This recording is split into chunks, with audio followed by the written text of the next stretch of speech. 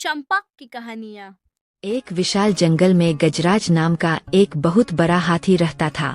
वह अपनी शक्ति के मद में इतना चूर था कि वह रास्ते में आने वाले छोटे जीवों की परवाह नहीं करता था। अपनी मस्ती में चलते हुए वह अक्सर चींटियों के घरों को कुचल देता और पक्षियों के घोंसले गिरा देता। जंगल के सभी जानवर उससे परेशान थे। उन्होंने गजराज से प्रार्थना की, महाराज, आप इतने शक्तिशाली हैं, कृपया छोटे जीवों का ध्यान रखें। लेकिन गजराज ने उनकी एक न सुनी और चिंघाड़ते हुए बोला, शक्तिशाली का ही राज चलता है। जो मेरे पैरों के नीचे आता है वह अपनी किस्मत को दोष दे। उसी जंगल में एक चतुर खरगोश रहता था जिसका नाम था चंपक। चंपक ने देखा कि हाथी का अहंकार बढ़ता ही जा रहा है। एक दिन जंगल में भीषण सूखा पड़ा। सारे तालाब सूख गए।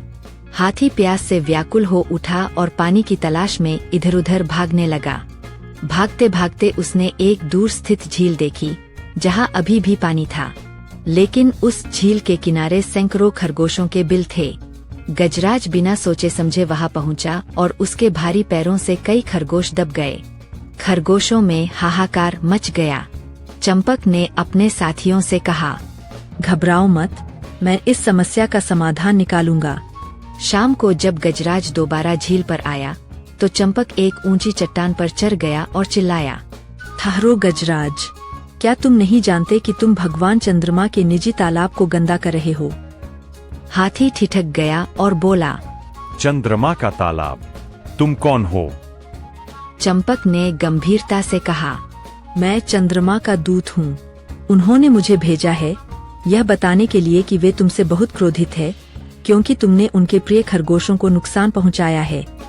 गजराज थोड़ा डर गया, लेकिन उसने प्रमाण मांगा। चंपक उसे झील के किनारे ले गया। रात का समय था और पूर्णिमा का चांद पानी में साफ चमक रहा था। चंपक बोला, देखो, महाराज खुद पानी में पधारे हैं, लेकिन सावधान, उन्हें छुओ मत, वरना उनका कोप तुम पर बरसेगा। हाथी ने जैसे ही अपनी सूंड पानी के करीब ले जाई, पानी में हलचल हुई और चांद का प्रतिबिंब कांपने लगा। चंपक तुरंत चिल्लाया, देखो, चंद्रमा गुस्से से कांप रहे हैं, वे तुम्हें दंड देने वाले हैं। गजराज बुरी तरह डर गया। उसने सोचा कि सच में चांद उससे नाराज है। उसने तुरंत अपनी सूंड उठाकर माफी मांगी और कसम खाई कि वह आज के बाद कभी किसी छोटे जीव को परेशान नहीं करेगा और उस झील से दूर चला जाएगा।